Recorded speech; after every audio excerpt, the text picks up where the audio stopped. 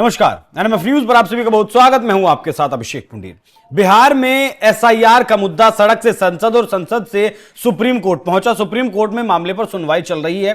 तमाम तरीके के सबूत दिए गए। आज एक लिस्ट जारी दिखाई गई सुप्रीम कोर्ट के सामने कि कुछ लोग ऐसे हैं जिन्हें इस प्रक्रिया के तहत मृत घोषित किया गया है, लेकिन वो जिंदा हैं। वहीं राहुल गांधी ने भी कर्नाटक में एक प्रेस कॉन्फ्रेंस की, एक विधानसभा सीट का आंकड़ा लेकर आए और उन्होंने कहा कि यहां 1,225 वोटों की गड़बड़ी है। किसी का नाम दोबारा है, किसी का नाम गलत है, किसी का फोटो गलत है, किसी का घर का एड्रेस गलत है।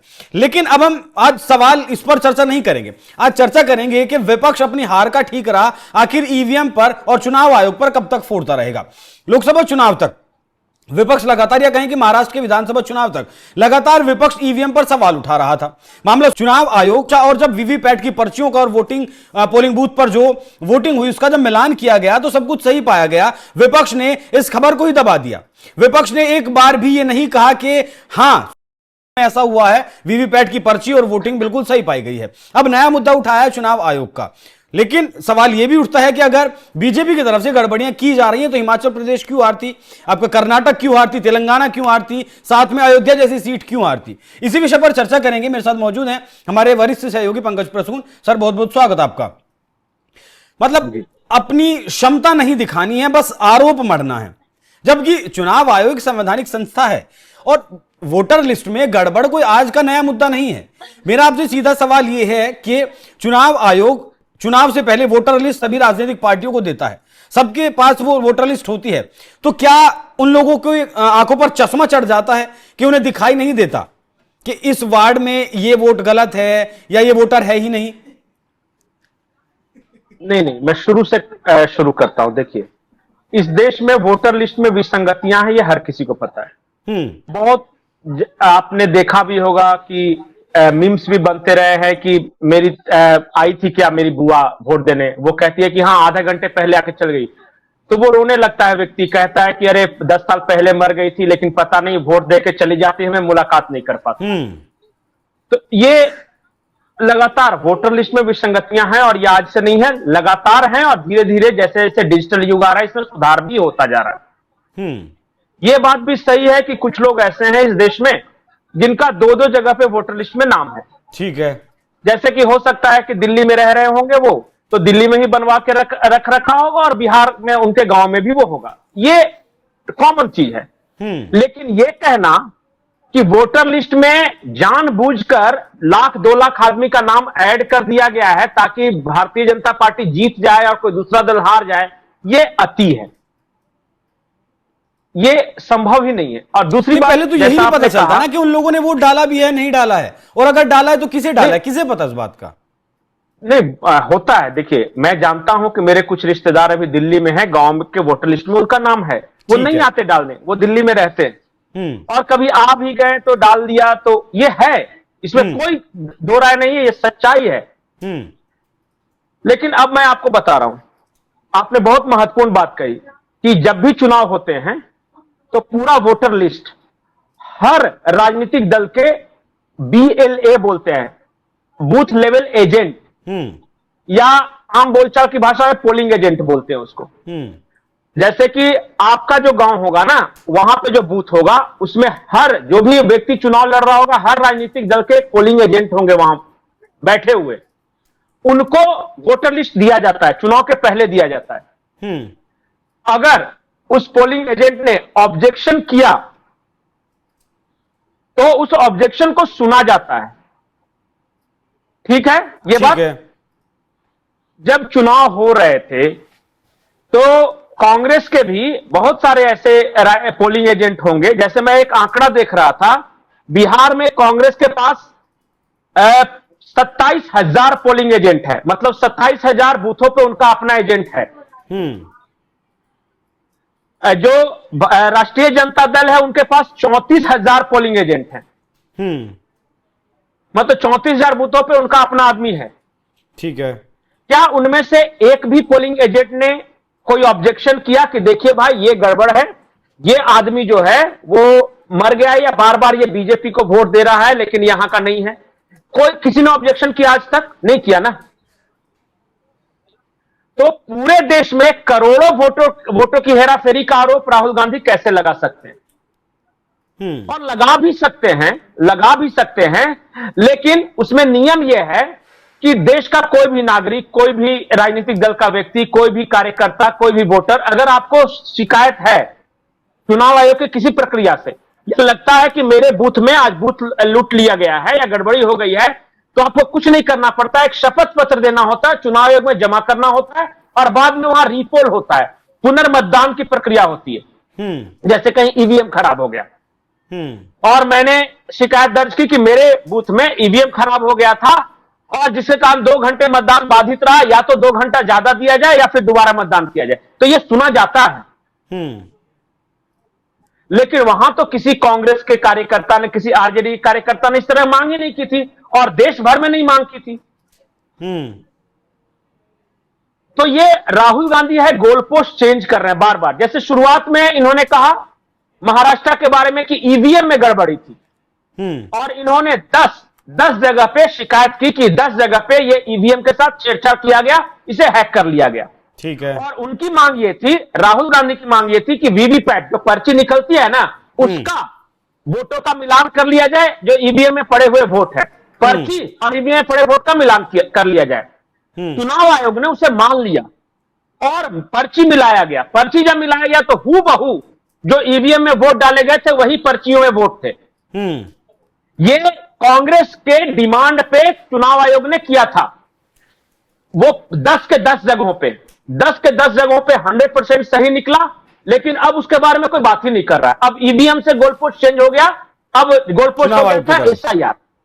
ना एसआईआर पहले कि एसआईआर गड़बड़ हो रहा है। जब एसआईआर में एक गर्ग साहब हैं गोपालगंज के, कांग्रेस के ही वो हैं, कार्यकर्ता हैं, 4-5 जगह पे कहीं से आरजेडी के, कहीं से कांग्रेस के कार्यकर्ता आज बोल रहे हैं वीडियो बना बना के कि देखिए मुझे वोटर लिस्ट मिला है, मेरे अनुसार मेरे इलाके का वोटर लिस्ट सही है। एसआईआर के बाद आज बहुत सारे वीडियोज आ रहे हैं। तो फटाक से इन्होंने क्या किया, उस एसआईआर से गोल पोस्ट चेंज कर दिया और चले गए चुनाव आयोग।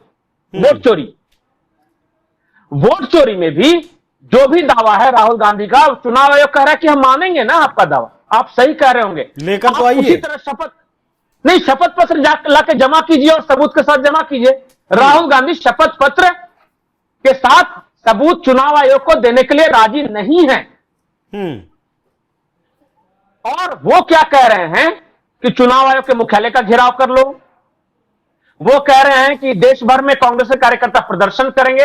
अरे भाई, अगर कहीं गड़बड़ है तो उस गड़बड़ी को दूर करने के लिए काम करोगे या दुकान में आग लगा देना है? करना क्या है? ये हो रहा है यहां पे।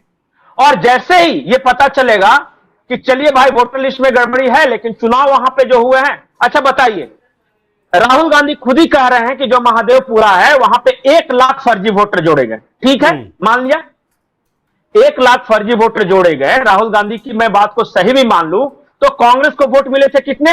6.5 लाख। बीजेपी को कितने मिले थे? 1.5 लाख। अंतर कितना है? 5 लाख का। 6.5 और 1.5 में 5 लाख का। 1 लाख फर्जी वोटर ऐड हुआ और 1 लाख का 1 लाख फर्जी वोटर सिर्फ बीजेपी को ही दे रहा था। इस बात के भी कोई प्रमाण नहीं है। समझ गए बात? समझ गए। अब आते हैं महत्वपूर्ण बिंदु पर। पता है हिमाचल प्रदेश में कांग्रेस और बीजेपी को कुल मिले वोटों का अंतर कितना था? 1%। जो सुखी सरकार चल रही है सिर्फ 37,000। हाँ, मतलब 1% पूरे राज्य में। हाँ, पूरे राज्य में बीजेपी और कांग्रेस के वोटों का अंतर सिर्फ और सिर्फ 37,000 था। अगर गड़बड़ी करनी होती तो 37,000 गड़बड़ कर लेते तो आज बीजेपी की सरकार वहां बन रही होती। अगर गड़बड़ करना होता तो वाराणसी में प्रधानमंत्री खुद क्यों पीछे रहते? 3.5 लाख के अंतर से 1.5 लाख के अंतर पर आ गए। 1.5 लाख के अंतर पे वो गड़बड़ करना होता तो अपने आप को 3 लाख के जगह पे 3.5 लाख क्यों नहीं कर लेते? अगर गड़बड़ ही करना होता तो उत्तर प्रदेश में आज अखिलेश यादव की पार्टी सबसे बड़ी पार्टी क्यों होती सांसदों के लिए आज से? अरे कम से कम अयोध्या क्यों हारते? अगर गड़बड़ करके जितना होता अयोध्या से मौलिक रूप में तो छोड़ देते। बात सही है कि नहीं? अगर गड़बड़ करना होता तो सीमांचल में पिछले विधानसभा चुनाव में एआईएमआईएम के क्यों जीतती, उसमें सबसे ज्यादा शक होता कि भाई ये पार्टी जो कि बिहार में है भी नहीं, वो हैदराबाद से आए और 5 सीट जीतकर चले गए, 6 सीट, जिसमें 5 वापस आरजेडी में चले गए। वो दिल पे हाथ रख के एआईएमआईएम जो ओवैसी हैं वो बोले कि क्या सीमांचल में गड़बड़ी करके वो उन्होंने चुनाव जीता था? नहीं। सच्चाई है कि नहीं? अगर गड़बड़ी करनी होती तो राष्ट्रीय जनता दल सबसे बड़ी पार्टी क्यों होती बिहार की आज? पिछले विधानसभा चुनाव में सबसे ज्यादा सीट जीत के आई थी, भले ही सरकार बन गई एनडीए के, लेकिन सबसे ज्यादा सीटें तो मिली थी आरजेडी को। ये कभी सोचा है? नहीं, तो विपक्ष को सोचना है ना सर। अब विपक्ष सोचता नहीं इस बात को। अगर गड़बड़ी करनी होती तो नरेंद्र मोदी 303 सीट पे जीते थे, वो 240 पे क्यों आ जाते? ये कैसी गड़बड़ी हुई कि 330 से घटकर सीधे 240 आ गए? मतलब 63 सीट कौन घटा देता है भाई बेईमानी करके? बड़ा सवाल है, बेईमानी करके 63 सीट कौन घटा रहा है? अपना मैं बेईमानी कर रहा हूं और मैंने अपना 303 सीट से घटा के 240 कर लिया और मजबूरी में नीतीश कुमार और चंद्रबाबू नायडू की मदद से सरकार बना रहा हूं। अच्छा, आखिरी बात मैं बोलूंगा, क्या लोकसभा चुनाव के पहले दिल पे हाथ रख के बताए कि क्या लग रहा था कि राहुल गांधी सरकार बनाने जा रहे हैं? नहीं, वो तो मीडिया एजेंसी नहीं, किसी मीडिया एजेंसी, उल्टा ये सब अब की बार 400 पार कर रहे थे। बेईमानी करना होता तो 400 पार के आसपास लाके छोड़ देते कि चलो भाई 400 नहीं है लेकिन 350 आ गया, 360 आ गया। ये 240 क्यों करते अगर बेईमानी करना होता तो? ये दरअसल इस देश के लोगों के मन में चुनाव के प्रति शंका पैदा कर रहे हैं कि जब अगली बार जब एक आम वोटर जो पढ़ा लिखा है वो नहीं, जो गांव का जो गरीब है जो अनपढ़ है वो जाएगा तो उसको लगेगा कि मैं कुछ गड़बड़ वोट देने जा रहा हूं जी। ये इनका मकसद है कि इस देश के आखिर, देखिए बाबा साहब भीमराव अंबेडकर ने एक काम किया है कम से कम, और मायावती का मूवमेंट हो, काशीराम का मूवमेंट हो, लालू यादव का मूवमेंट हो, मुलायम सिंह यादव का मूवमेंट हो, इन सब के कारण समाज का जो सबसे पिछड़ा तबका है, जो सबसे गरीब है, उसके मन में लोकतंत्र के प्रति आस्था है। वो जानता है कि कोई कितना भी अन्याय कर ले 5 साल बाद मैं सबक उसे सिखा सकता हूं। ये भरोसा तोड़ना चाहते हैं ये जमींदार लोग कि एक दलित इस देश का कैसे उसको लोकतांत्रिक व्यवस्थाओं के प्रति ऐसी आस्था है, एक आदिवासी उसको क्यों ऐसा लगता है कि उसके वोट से बीजेपी हार सकती है और हेमंत सोरेन जीत सकता है। इसी विश्वास को डिगाना है। जिस दिन इस देश के गरीबों के मन में लोकतंत्र के प्रति आस्था नहीं रहेगी ना, उस दिन इन जमींदारों का काम चल जाएगा। और यही ये कोशिश कर रहे हैं, ये कोशिश कर रहे हैं कि ये किसी तरह इस देश के लोगों को समझा दें कि एक चाय वाला, एक तेली समाज में पैदा लिया हुआ व्यक्ति प्रधानमंत्री नहीं बन सकता। वो बना है, इसका मतलब बेईमानी किया है। वो ये इस देश के लोगों को बताना चाहते हैं कि देखो एक गरीब का जो बच्चा है, वो जो आदिवासी है या द्रौपदी मुर्मू है, वो राष्ट्रपति नहीं बन सकती, वो बनी है, इसका मतलब इन लोगों ने बेईमानी किया है। इस देश का प्रधानमंत्री तो गांधी परिवार का बन सकता है, जब बनेगा तो समझो कि सही तरीके से चल रहा है। लेकिन अगर कोई दूसरा बन रहा है, दलित, गरीब, आदिवासी, ट्राइबल, ये सब बन रहा है, तो समझो कि कुछ ना कुछ गड़बड़ी है, बेईमानी करके आया है। ये वो इस देश के लोगों के मन में वो इंजेक्ट करना चाहते हैं।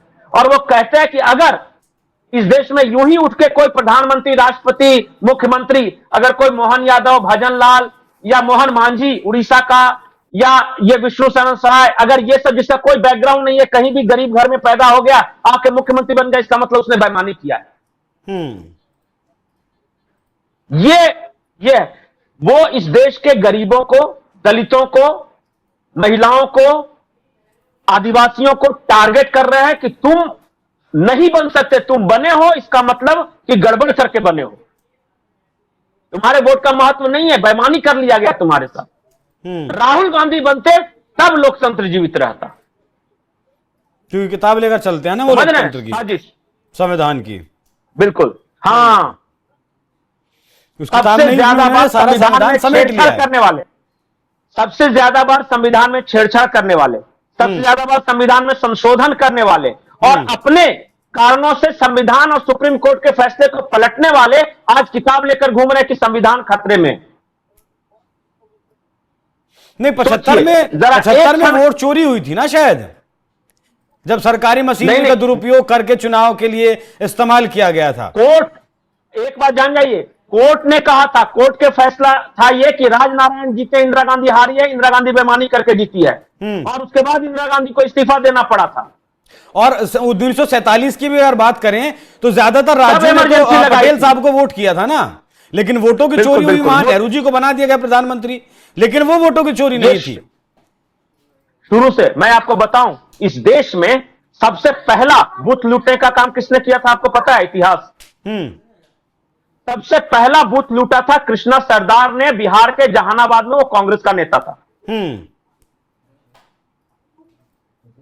तो बूथ लूटने की परंपरा ही वहीं से शुरू हुई। बिल्कुल, मत पेटी लेके भाग जाना, बैलेट बॉक्स फाड़ देना, ये बैलेट पेपर फाड़ देना, ये सब चलता था। अभी क्या हुआ कि टेक्नोलॉजी के कारण, सोशल मीडिया के कारण जनता अवेयर हो गई। एक जगह आप अगर किसी बूथ में फायरिंग कर देते हो तो पूरा सोशल मीडिया में आ जाता है कि देखो कर रहा है। कष्ट यहां पे है इनकी। बिल्कुल, मुझे करेक्ट करिएगा पंकज जी अगर मैं गलत हूंगा तो। 99 में भी जब सरकार गिरी थी अटल बिहारी वाजपेयी की, तब शायद उड़ीसा के मुख्यमंत्री को हेलीकॉप्टर से लाया गया था वोट डालने के लिए, अगर मैं गलत नहीं हूं तो। गिरधर अपांग नाम था उनका। हाँ, और वो क्या था कि लोकसभा के सदस्य थे, लेकिन बाद में वो उड़ीसा के मुख्यमंत्री बन गए थे कांग्रेस के। हाँ। तो मुख्यमंत्री बनने के नाते उनकी लोकसभा की सदस्यता स्वतः ही समाप्त हो जाती है। लेकिन चूंकि अटल बिहारी वाजपेयी की सरकार को गिरना था, तो वो उनको, अपांग साहब को हेलीकॉप्टर से लाया गया कि तुम अभी भी लोकसभा के सदस्य हो, पहले वोट डालोगे, उसके बाद लोकसभा की सदस्यता से इस्तीफा दोगे। और वही एक वोट से अटल जी हारे थे। तो 47 से 99 तक इस देश में चोरी नहीं हुई, लेकिन आज अगर चुनाव आयोग SIR करवा रहा है तो इस देश में वोटों की चोरी है। अच्छा, एक बात बताइए, यूपीए 2 की सरकार है, 2014 का लोकसभा चुनाव होता है पूरा यूपीए की सरकार के अंतर्गत। नरेंद्र मोदी 287 सीट जीतकर आते हैं, तब चोरी तो नहीं हुई क्योंकि सब कुछ कांग्रेस के अंडर था। 287 सीट जीत कर आए। नहीं, वो तो आरोप लगाते हैं कि 14 में भी हुआ मशीनरी का इस्तेमाल। मैं सुन रहा था एक दिन राहुल गांधी को। तो 14 में हुआ तो तुम ही थे ना। नहीं, मुझे लगता है कि नहीं गड़बड़ की गई, 14 में भी गड़बड़ से हुआ है सारा मामला।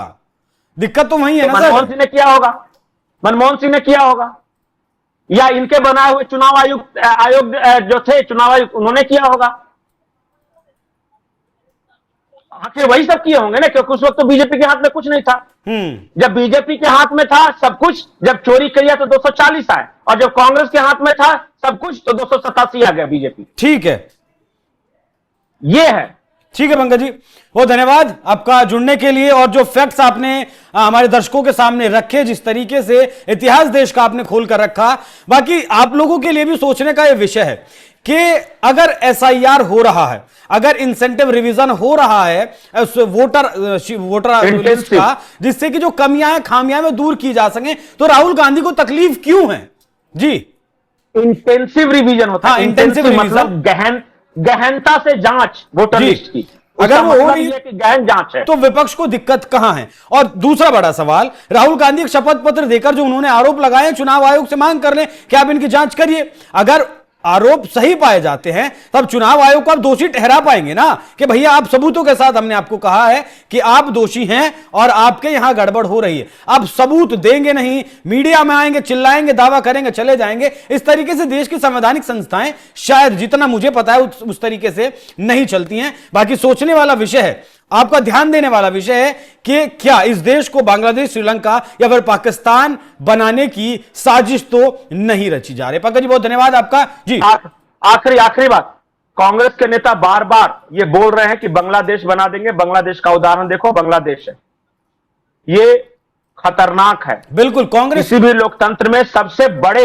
राजनीतिक दल, जो विपक्ष का सबसे बड़ा राजनीतिक दल है, वो कह रहा है कि बांग्लादेश बना देंगे, तो इस देश के लिए चेतावनी है। आपको सावधान हो जाना चाहिए, तैयार रहना चाहिए। और विपक्ष के नेताओं के साथ किसान, उन किसान नेताओं के भी ऐसे बयान हैं जो दिल्ली को लगभग साल भर तक घेर कर बैठे थे, जाम करके बैठे थे। तो सोचना और उसके बाद अपना मत बनाना आप लोगों का काम है। बाकी आप लोग इस विषय पर क्या सोचते हैं, अपनी राय हमें जरूर दीजिएगा, क्योंकि आपकी राय हमारे लिए बहुत महत्वपूर्ण है। नमस्कार।